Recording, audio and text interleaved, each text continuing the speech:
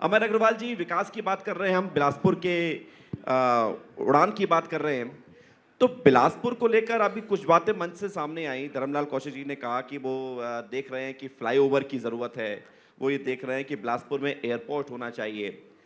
अमर अग्रवाल क्या समझते हैं, बिलासपुर की जरूरत क्या है इस वक्त?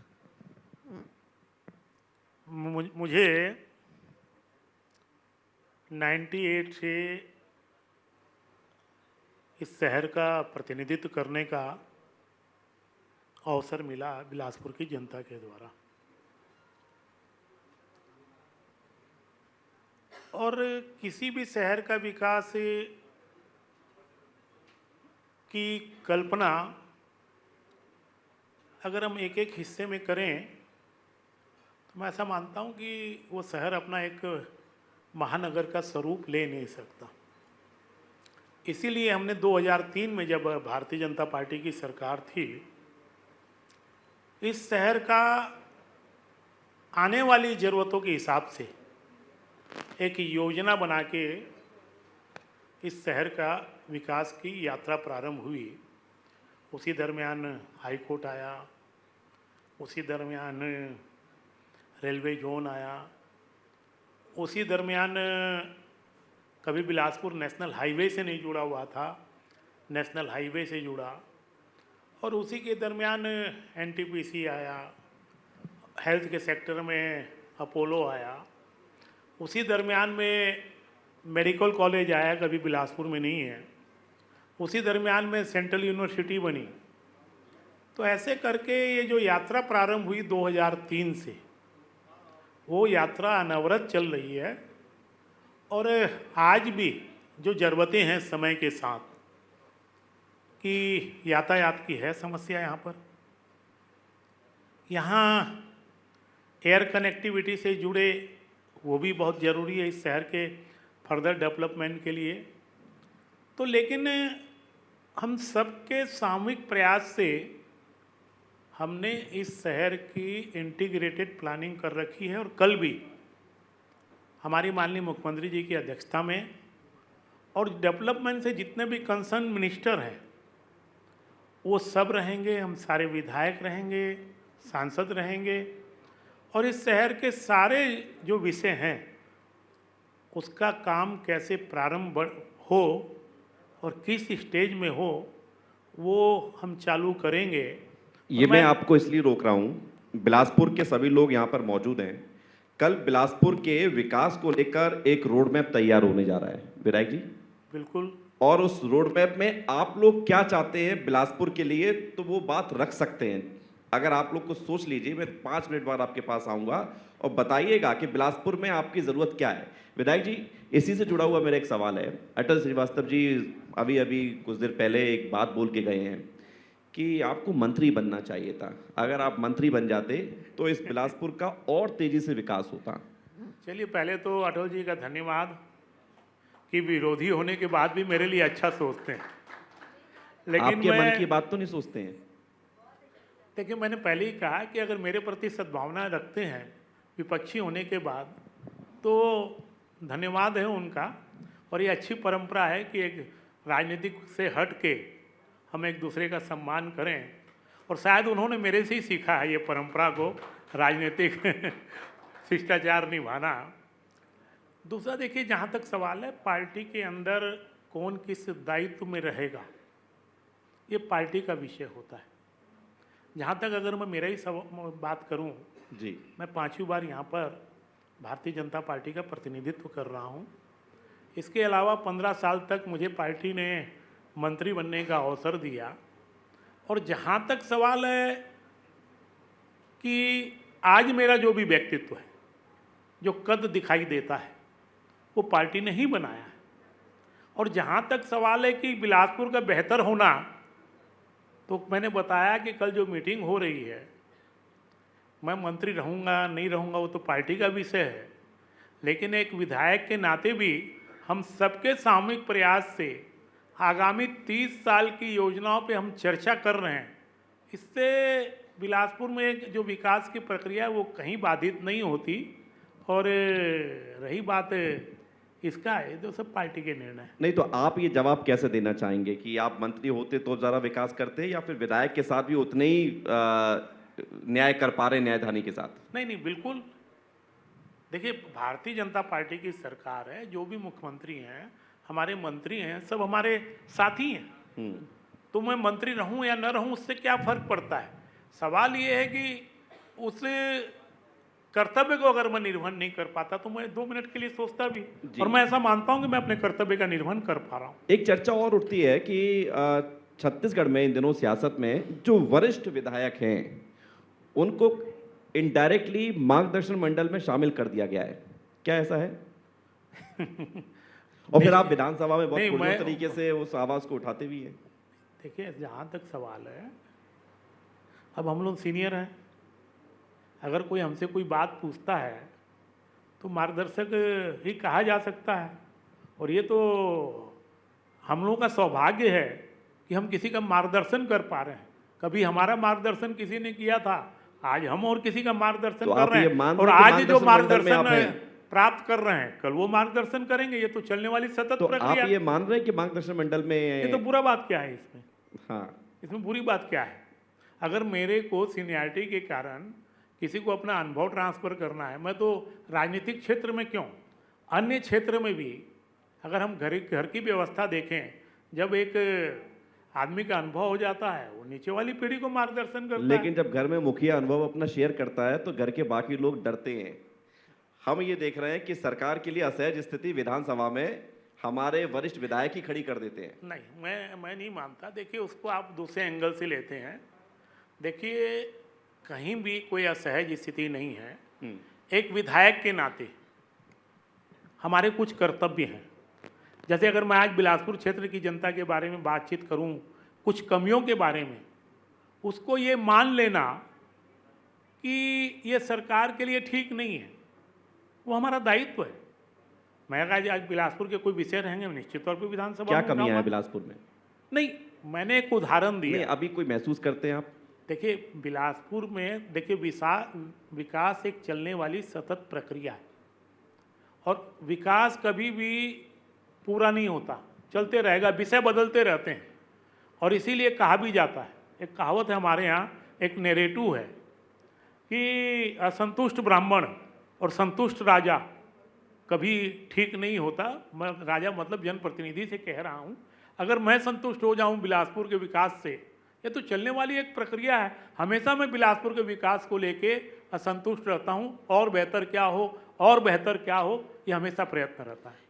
एक सवाल लोगों के मन में ये भी है कि कल जब इतनी बड़ी बैठक होने जा रही है जिसमें मुख्यमंत्री विष्णुदेव साय खुद मौजूद रहेंगे, 30 साल के रोडमैप पर चर्चा होगी, तो विस्तार न्यूज के मंच पर आप कुछ ऐसा ऐलान करने वाले हैं कि जो बिलासपुर के लोगों को लगे कि ये कुछ नया होने वाला है, कुछ नहीं, अद्भुत देखिए- होने वाला है? देखिए, मैंने पहले ही कहा, एक योजना है और शासन की एक प्रक्रिया रहती है। कल आप लोगों के सामने जो सारे विषय होंगे, आप क्या रखेंगे? नहीं, विषय आएंगे ही।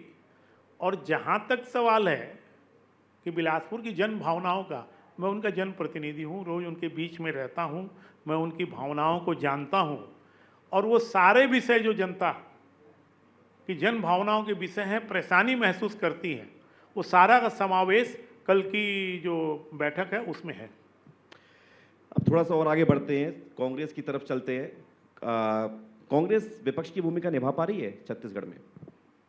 अब इसका सवाल तो जनता ही दे पाएगी। भूमिका तो वो जब निभा पाएंगे जब उनमें आपस में ही सामंजस्य हो। मैं ऐसा मानता हूँ, हालांकि देखिए दूसरे दल के बारे में टीका टिप्पणी करना उचित नहीं रहता। मैं ऐसा मानता हूँ कि वर्तमान में जो कांग्रेस है उनमें आपस में ही सामंजस्य नहीं है। कितने टुकड़ों में बटी हुई है कांग्रेस? नहीं गुटों नहीं, में? वो मेरा विषय नहीं है। वो तो जो टुकड़ों में बांटने वाले हैं वो ज़्यादा अच्छे से बता पाएंगे, मैं तो नहीं बता पाऊंगा। लेकिन जो विधानसभा के अंदर दृश्य दिखाई देता है,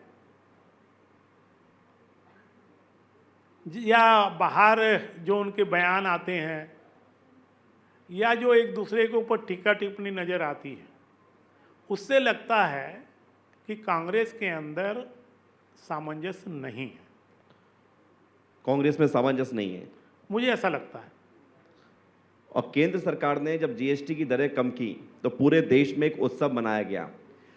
आपका नाम अमर अग्रवाल है और अग्रवाल से मतलब ये माना जाता है कि देश में अगर बिजनेस तबका है तो वो बनिया से जुड़ा हुआ है। मैं जाति की बात नहीं करना चाहता, लेकिन एक बिजनेस तबके की बात करना चाहता हूँ। जीएसटी की दरें कम हुई, बहुत फायदा हुआ, सरकार ने बहुत फायदे गिनाए भी।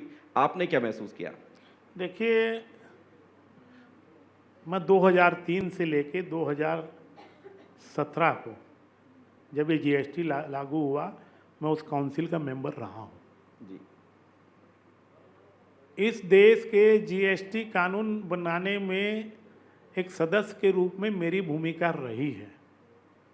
इसके साथ ही जीएसटी का दुनिया में अध्ययन करने 3 विदेश भी जाने का उस काउंसिल में मुझे अवसर मिला है। देखिए, दुनिया का एक मान्यता प्राप्त सिद्धांत है, लो टैक्स मोर कंप्लायंस। दुनिया का मान्यता प्राप्त सिद्धांत है और शुरुआती दौर पे, क्योंकि देखिए ये देश का पहला संवैधानिक ढांचा है, फेडरल स्ट्रक्चर है, जिसमें दोनों को मिल के काम करना है। और इकोनॉमिक रिफॉर्म्स का सबसे बड़ा कॉन्स्टिट्यूशन अमेंडमेंट ये जीएसटी का हुआ है। तो देखिए, जीएसटी के क्यों आया, कैसे आया, मैं बहुत बृहद, आपका प्रश्न भी नहीं है, उसमें नहीं जाऊंगा, वो बहुत बृहद प्रश्न है। लेकिन इस बात की हमेशा कोशिश की गई कि जीएसटी का जो मूल स्वरूप है, शुरुआती दौर पे स्वाभाविक है, राज्यों की सहमति नहीं थी, उनको डर था कि हमारी रेवेन्यू कम होंगी, तो इसलिए 4 स्लैब आए। तो वास्तव में 2 स्लैब में इसको लाना सिंप्लीफाई है। रेट कम करना, तो जितना रेट आप कम करते जाओगे उसका कंप्लायंस बढ़ता जाएगा। उस सिद्धांत के आधार पे ही जीएसटी के रेट कम किए हैं। और आप देखेंगे शुरुआती दौर पे, अभी जो 1-2 महीने के मैं फिगर देख रहा था जी, गवर्नमेंट को लॉस है, स्टेट गवर्नमेंट को भी लॉस है, सेंट्रल गवर्नमेंट को भी लॉस है, लेकिन हमारा कंजम्पशन बढ़ते जा रहा है। अल्टीमेटली ये कंजम्पशन टैक्स है, ये फिर रेवेन्यू आएगी। तो अल्टीमेटली अगर आप देखेंगे तो देश की इकोनॉमी के लिए ये जो रेट कम किए हैं, इसके परिणाम 2-3 साल के बाद दिखाई देंगे। बहुत अच्छा कदम ये केंद्र की सरकार है और इससे महंगाई में राहत भी मिली है। तो ये दोनों दृष्टिकोण से देखें, इकोनॉमी के हिसाब से और कंज्यूमर के हिसाब से, ये बहुत अच्छा निर्णय जीएसटी काउंसिल ने किया है, इस देश के यशस्वी प्रधानमंत्री नरेंद्र मोदी जी ने किया है।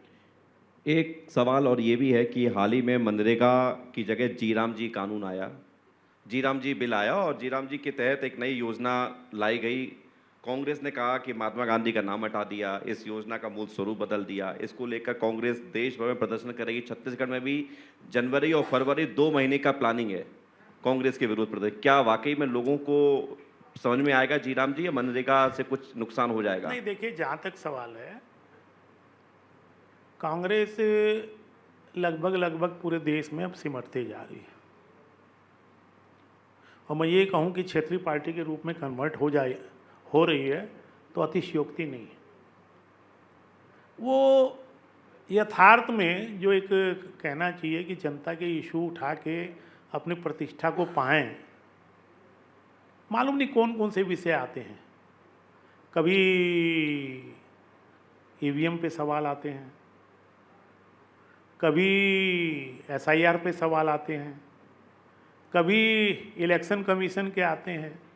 हमारे यहाँ की जितनी कॉन्स्टिट्यूशनल बॉडी हैं उनको संदेह के धारे पे खड़े करने का काम किया और जनता समझती है।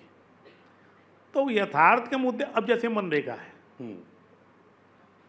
इसकी पार्लियामेंट में बहस हुई, पूरे देश ने सुना है, लाइव चल रही थी, उन्होंने अपना पक्ष रखा है, सरकार ने अपना पक्ष रखा है। मुझे तो नहीं लगता कि मनरेगा में थोड़ा बहुत, जो मनरेगा में नाम वाम तो आप छोड़ दीजिए, उसके पीछे कुछ अलग ही है। लेकिन अगर आप देखोगे तो मनरेगा में 100 की जगह 125 दिन की है। इसके अलावा कुछ बाउंडेशन की भी सहमति लगेगी, वो समय की मांग है। कोई भी जब स्कीम चलती है उसके अपने अनुभव होते हैं और उस अनुभव के गुण दोष के आधार पे अमेंडमेंट कोई नई बात थोड़ी है। आज अगर मैं कहूँ भारत का संविधान है, 160 से ज़्यादा अमेंडमेंट हो चुके, तो अमेंडमेंट तो होते रहते हैं, वो कोई बहुत बड़ा विषय थोड़ी है। सवाल अमेंडमेंट किस मंशा से किए गए। तो अगर हम इस सारे अमेंडमेंट को देखेंगे तो मनरेगा और सुचारू रूप से चले, संपत्तियों का निर्माण हो, गांव का विकास हो और सबके हाथ में काम मिले, इस सारी बातों का समावेश है। इसलिए जी राम जी है। हाँ, इसलिए जी राम जी है।